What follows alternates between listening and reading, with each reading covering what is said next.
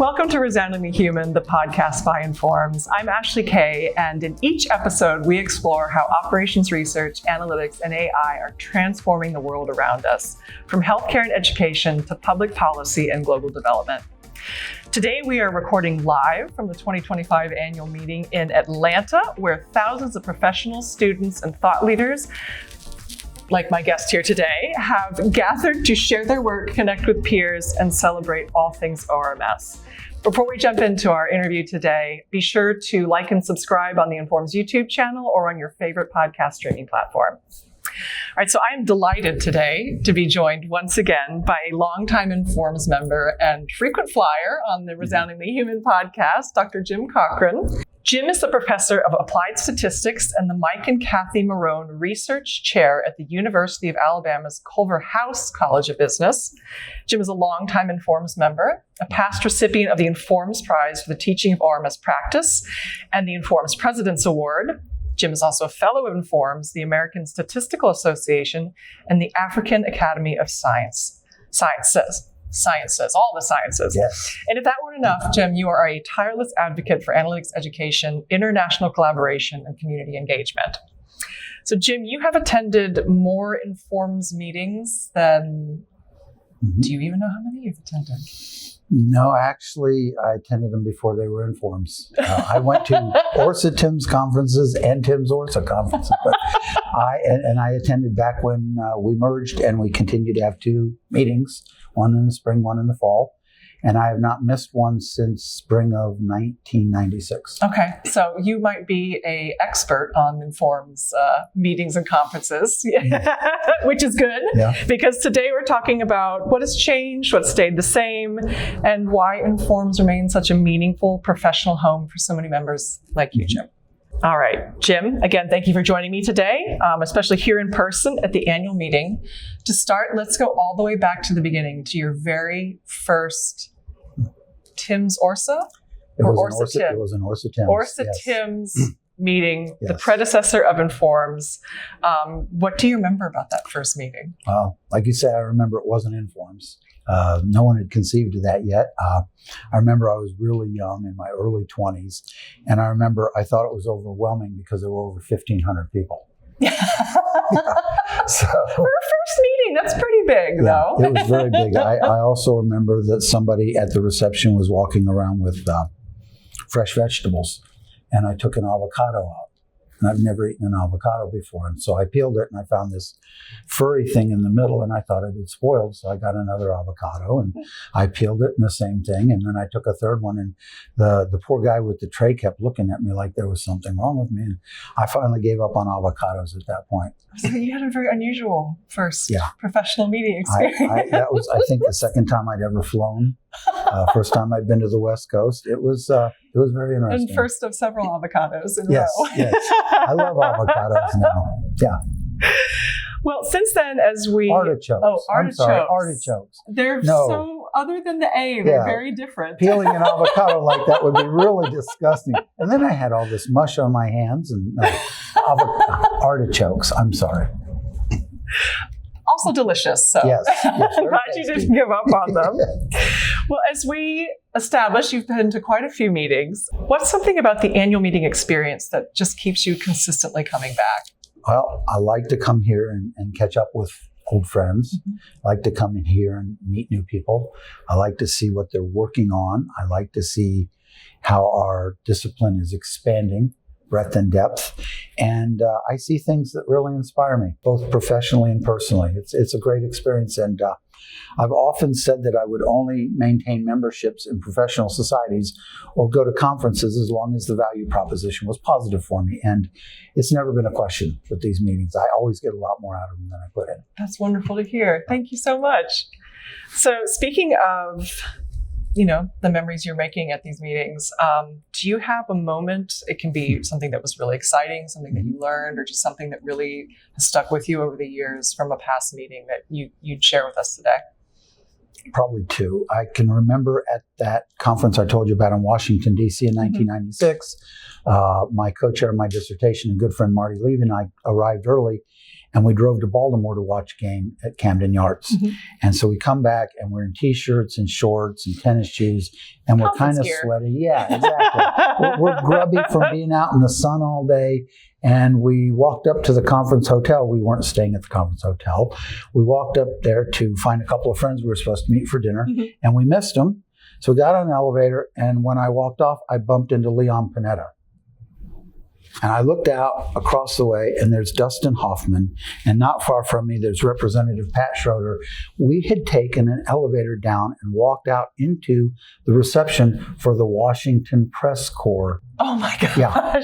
And in our shorts and sweat. Yeah, and I don't know how we got by, but my friend Marty, he wants to start wandering around. I said, no, we got to get out of here right now. And so we took the elevator back up. We went outside. There were Secret Service men on all the corners, and there's a helicopter. Not doing a very good job, apparently. And no, that's why they missed us. They thought we would come through the normal route. And there's a helicopter coming in, which is obviously bringing President Clinton. So that's one. The other is more a combination of memories. I was general chair of the 2005 meeting, and we planned to have that meeting in New Orleans. And about 9.5 weeks before the conference, Hurricane Katrina came through. And not long after that, Hurricane Rita came through. There were 50 breaches of the levees. People don't talk about that. They think it was one or two. There were 50 breaches of the levees. The pumps were overwhelmed, and the city is a bowl. If you can't get the water out, it just sits. And obviously this wasn't the biggest problem they suffered, but our conference venue was not going to be available. And we were able to move the conference to San Francisco and actually break attendance records by about 26%. Terry Cryan, Paulette Bronis, and Cheryl Clark in particular from the meetings committee were fantastic. I had to work with the executive committee of the board. They were great. The organizing committee that I'd put together was terrific. Rena Schnurr and Paul Jensen and Jeff Cam and Jeff Arthur, the meetings committee, they were all very supportive. And we pulled it all together and got it done. And that's a short frame of time. It's incredibly short. That's when we start to get nervous in just the prep for a normal annual meeting. The best comment I got is, as a friend of mine, well, there's two comments. One, a friend of mine said, if I didn't know that we had moved, I wouldn't know we'd moved. I thought that's really good. And the second one was somebody was worried about having to change venues in several months. And somebody wrote into ORMS today, I don't know why we're worried. Jim moved a conference in 9 weeks. That's really sweet. That's very nice. But a lot of people worked hard on that and made it happen. And it was a really wild time. A testament to your leadership and I think the INFORMS community as well. Like I said, it was a team. It was a team, and a lot of people did a lot of great work to make it happen. Wonderful. That's great. I mean, not great, the scenario that led up to it, but for several weeks I'd drive to work down Interstate 20 in northern Louisiana, and the interstate would be lined with automobiles. People sleeping in their cars because they had nowhere to go. It was a horrible time. The city is not built for an evacuation. And in fact, the levees now are sinking and the water levels are rising and nobody is doing anything about it. And it's primed to have a problem again like this. Another big storm. Oh, that's a shame. I knew we were going to talk a little bit about that today, and I watched a documentary about the levees, and I think it's on Netflix. It's pretty new, but it really goes into some of the behind the scenes and like all the different components that went wrong. And I was thinking that's really kind of RMS problem there, or many RMS problems. Well, the funny thing is now, whenever something like that happens, people call me and they want to know how they can help. And it's like I'm Professor Disaster or something. And it makes you really realize that we are not a reactive discipline. We are a proactive discipline. And if we want to help, we have to go places like this before these things happen and help them prepare. When people call me during a disaster and ask me how they're going to help, I say, blood or treasure, blood or money. That's the only thing you can do now. You can't go into a city like that and start to model and ask, somebody who works for the mayor to help you understand the layout of the streets. You just can't do it. They're involved in too many more important things. Yeah. So we're a planning discipline, and we need to recognize that. Yeah. Yeah. All right, Dr. Disaster. So in addition, you've been deeply involved in advancing global engagement in teaching and analytics. How have you seen the field and the INFORMS community evolve in this area over the years in regards to education and outreach? That's an interesting question, because it makes you sort of think about how we are still a very young discipline. And you see lots of incredible technical innovations, mathematics and things. And that's a lot of fun to see. And it's really interesting to see. But what impresses me more is how the breadth of applications of our discipline has expanded so rapidly over the last 25 or 30 years. Other than maybe something that Ed Kaplan might have been working on, or Al Bloomstein might have been working on, or Margaret Rando might have been working on, you didn't see a whole lot of societal efforts with operations research or analytics. You didn't see a whole lot of efforts to use these tools to address humanitarian issues. But you see that all the time now. And that's really, really great to see. And it's not only that. You see applications to sports. You see applications in industry that nobody ever imagined before. So people are really getting creative about how they can use this work. And the great thing is, we've, as a group, we've wrung our hands over what to call ourselves as long as I've been in this group. And Mike Magazine actually asked for suggestions when we came up with INFORMS. And my suggestion was Smuckers. And he wrote me back and he just said, why? And I said, well, Mike, be a good reason. I said, what is Smuckers' tagline? With a name like Smuckers, it's got to be good. My point really was, who cares what we call ourselves? What matters is what's in the jar. If it tastes good, if people want it, that's what happens. And so when we do applications like this and they actually get recognized, that's what makes people aware and familiar with what we are and who we are. It isn't the name. Yeah. It's the result of the hard work and the applications. Yeah. And the recent opinion expressed is mine alone, and not that of anybody affiliated with INFORMS. And this episode is not sponsored by Smuckers. Let's just make that very clear.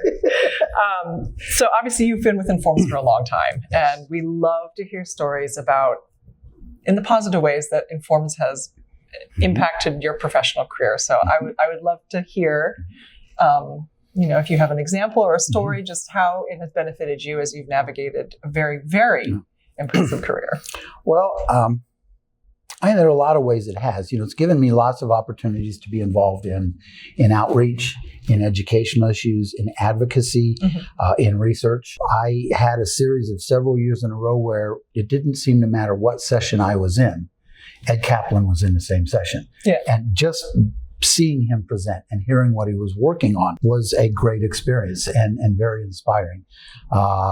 Then to find out what a good person he was and become friends with him, it's been terrific. But more than anything, it's people. This is a really good group of people. Agreed. Makes my job very fun. Well, and I also like working with this staff a lot. INFORMS has always had really good, really helpful staff. Yes. Well, I can't argue with that. So. A lot of good All right. So circling back to the meeting, for new members or even talking to young Jim Cochran at his first meeting with his avocados or artichokes, it remains to be seen. What advice would you give? What should they take advantage of while they're here at an annual meeting or any INFORMS conference? I think the biggest mistake I made when I was young is I went to something at every session. And that sounds counterintuitive, but it basically was. And you can't absorb all of that. So pick and choose your spots. Try to talk to people. Ask questions. Wait around until at the end of the session and talk to a speaker whose work you're interested in. Or I remember I was on an elevator, got on an elevator at a joint statistical meetings, and I was going up to the 18th floor, and somebody ran to catch the elevator, stuck his hand in, popped the door open, and it's Bob Hogue. who wrote Hogan Craig, which is what I took my first year of math stat out of. And I'm a little bit nervous. I'm just a kid. But I said, Dr. Hogue, I really, really liked your book. And he wanted to talk. Yeah. It was great. That's terrific. I was on 17 and he was on 18. And we stopped at 17. He got off the elevator and stood there and talked to me for about 10 or 15 minutes. And it was fantastic. But senior people who are really accomplished are usually very, very generous with their time and their ideas. And, take advantage of it. Be appreciative, but take advantage of that. Yeah, I think they probably see a little of themselves in the next generation and appreciate that same passion and drive and interest. So I suspect so. And it's always interesting to hear what someone else is thinking about working on or actually working on. Yeah, 100%. So for our next session, this is our next segment, I should say. This is something fairly new we've introduced into the podcast. We're bringing AI in. So in the lead up to this episode, asked AI a question, and I'm going to tell you what the question is, and then we'll read the response and then talk about it. So I asked AI, if you could have a human name, what would it be? And AI appreciated the question. Ooh, it's a fun one. Smiley face was the first part of the answer. If AI could choose a human name for themselves, they would go with Alex. And these are the reasons why. It's gender neutral, which feels fitting since AI exists beyond that whole category. It sounds friendly, approachable, and a little tech savvy, like a quantum optimist, like someone you might meet in a coffee shop who can also explain quantum optimization if you ask nicely. I would not be that person you meet in the coffee shop. Plus, Alex has Greek roots, meaning defender or helper, which lines up pretty perfectly with what AI is trying to do. Also came back with three other options. Riley, which means creative and curious. Morgan, steady and thoughtful, or Quinn, a little mysterious. And then AI turned everything on its head and said, what name would we give to it if we could pick? To AI or to ourselves? To AI. Oh, okay. Oh, okay. You're Dr. Disaster. We've Oh. Do you want me to go first? Yes. Okay. I'm still deciding mine. What would... I think I would call AI Atticus because I would be hopeful. I really admire, at least in the first book, the Atticus Finch character. The movie, the book, it's just a great man. And I'd like to think that AI is actually capable of that level of greatness. So that's where I would go. And then for a nickname, I could just call it Cuss. I'm glad you finished on a funny note because I am outside of INFORMS, I foster old senior cats. And my one rule with naming them is that it has to be a name that's fun to say. So I would go with Sebastian because that's just fun to say. Isn't that Sabrina the Teenage Witch's cat's name? Or maybe it's Josie and the Pussycats. I didn't claim originality, but there is some cartoon cat named Sebastian. That's interesting. It's probably subliminal. Cats on the brain. All right, listeners, if you have any thoughts on the AI question, or you have your own insights as to what we should call AI, feel free to leave a comment on the YouTube channel under this video. Jim, as someone who has contributed so much to INFORMS and who's watched the field evolve in real time, what makes you the most hopeful or excited for the future of these fields, what the direction we're headed in, which seems like it's changing every day? Yeah, I think two things. One, the young people. Yeah. When I go to the different colloquia that we have at the beginning of the conference, and I meet new faculty members and I meet graduate students and I hear about what they're working on and I see the energy that they have. It's really inspiring and it's great to see. The other thing, and I mentioned this before, is how people are finding new ways to apply operations research and especially in ways that make differences in the lives of people who need help and really can't do these things for themselves. Yeah, that is awfully inspiring. All right, well, speaking of the next generation, do you have any advice you'd give to students, early career researchers, or even someone who has just discovered the power of ORMS analytics and AI and is intrigued and, Yeah, I think you've got to follow your passion. You've got to follow your intensity. I think that you have to find something that means something to you. You have to find something that at the end of the day, you go home, you have your dinner, you put your head on your pillow, and you can feel pretty good about what you did. That's important. And that can be just about anything. Yeah. It can be applications in business. I know a lot of people that get a lot of satisfaction out of that. It can be work in sports. That's a lot of fun. It can be satisfying. It can be humanitarian issues. But find something that means a lot to you. It'll be easier for you to take that further than something that you don't really care about. Yeah. It's terrific advice. Thank you. All right, so we have another fun segment. Okay. This is the quick fire segment, quote unquote. Quick questions with quick answers from you. I thought we were going Jeopardy there for a second. I mean, we could swap back and forth if you wanted to. All right, favorite INFORMS city that you visited for a meeting? That's easy. San Francisco. There you go. They supported us. There you go. Thank goodness for San Francisco. A book that's changed how you think about teaching or leadership? That's not as easy. There are several. I was going to say that. But the one I really come back to is The Struggle Is My Life by Nelson Mandela. Okay. And to see what he went through, what he experienced, and other members of the RNC, to come out the other end and to actually be in charge of the nation and run the Truth and Reconciliation Courts. Basically, government-sanctioned forgiveness. Yeah. It's stunning that he could have done that. Yeah. And the lesson of forgiveness is from his life is incredible. Yeah. Just compassion and forgiveness and moving forward in a positive direction. Yeah. That's terrific. I also like Modern Business Statistics by Cam Cochran, Ullman and Fry. I might read the first one, probably not the second one. Not a lot of leadership stuff in the second one. Really. Someone from the INFORMS community who has really shaped your journey. Obviously, the people I took classes from, and particularly the co-chairs of my dissertation, Jeff Kim and Marty Levy, not only were they instrumental then, but they have throughout the rest of my life been friends and colleagues and co-authors.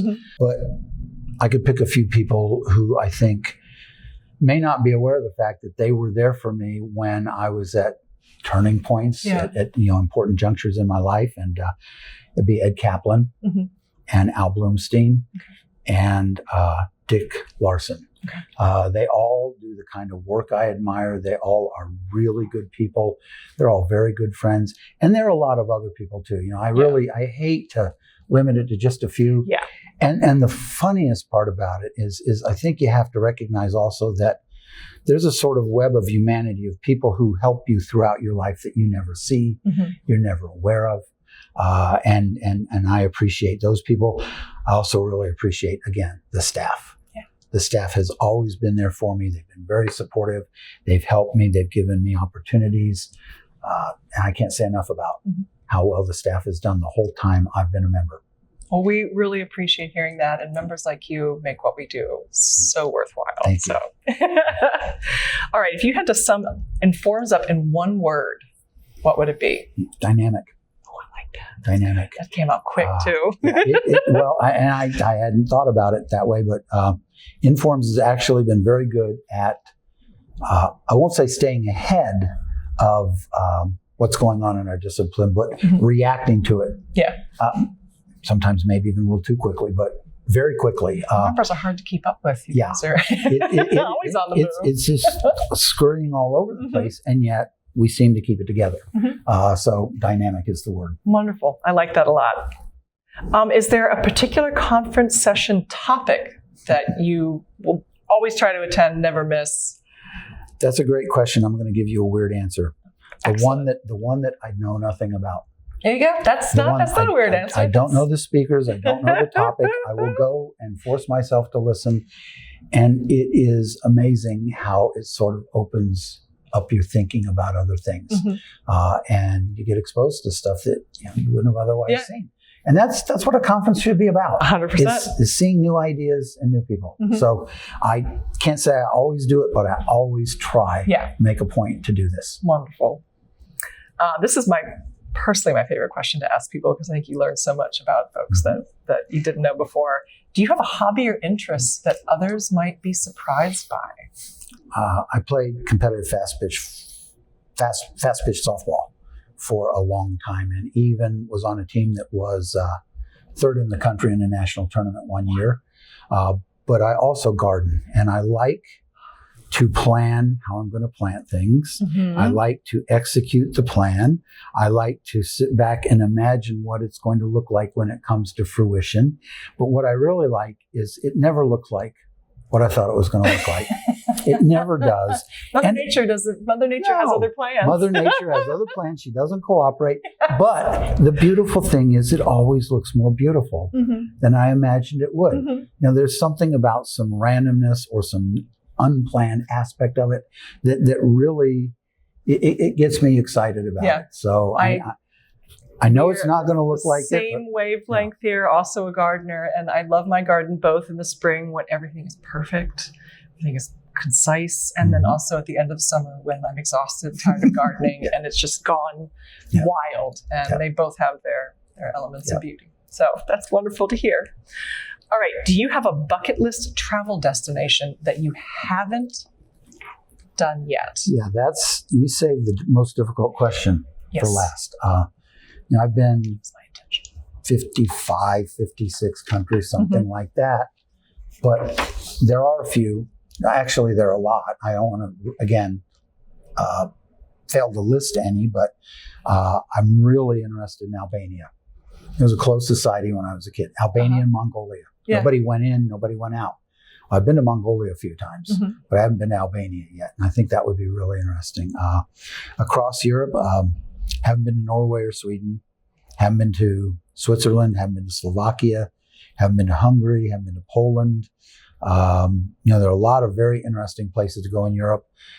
There are a lot of small countries on the Horn of Africa, Cote d'Ivoire, Benin, Togo, Guinea-Bissau. I really would like to go to Ghana. I meet people from these countries and I always ask them the same question. Whose jollof is the best? Is your bucket list just destinations? No, there are a few places I don't really have an interest in going to, but I'm not going to name those places. Fair. There are a lot of, there are still a few countries in Southern Africa like Botswana and Zambia that I haven't been to, Eswatini. I haven't been to Mozambique.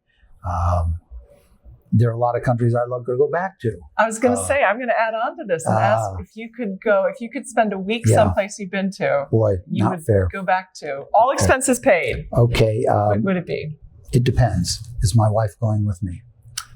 Obviously. Okay, it's a free, all expenses paid vacation. Good. Because if she is, I'm not going to sleep under a mosquito net. If my wife is going with me, I think I'd like to go to Norway or Sweden. I like that. I think, especially in the winter, it's going to freak a lot of people out, but go up somewhere like Tromsø, way up north, and see the northern lights and experience their culture. Yeah. That would be a great time. Just pack warm clothes. Yeah. Really warm clothes. Big suitcases, yes. Jim, thank you so much. So today's conversation is a perfect reminder that the INFORMS community is so special. It's not just the cutting edge research or the high-powered plenaries and keynotes that we're all listening to this week. It's people like Jim that really make this such an incredible organization, both to be a part of and to work for, and make it the true professional home it is for so many people. If you'd like to learn more about Jim's work, I will include links in the episode on the resoundinglyhuman.com website. And Jim, again, thank you for being here. This has been a pleasure. Best part of my meeting so far. I've enjoyed it, and I really appreciate this podcast and what you do for our discipline. I really enjoy doing it. So wonderful. Gosh. All right. Thank you, everyone who's listened and watched, for tuning in live here at the 2025 INFORMS annual meeting. And again, remember to like and subscribe on the INFORMS YouTube channel or on your favorite podcast platform. Thank you so much.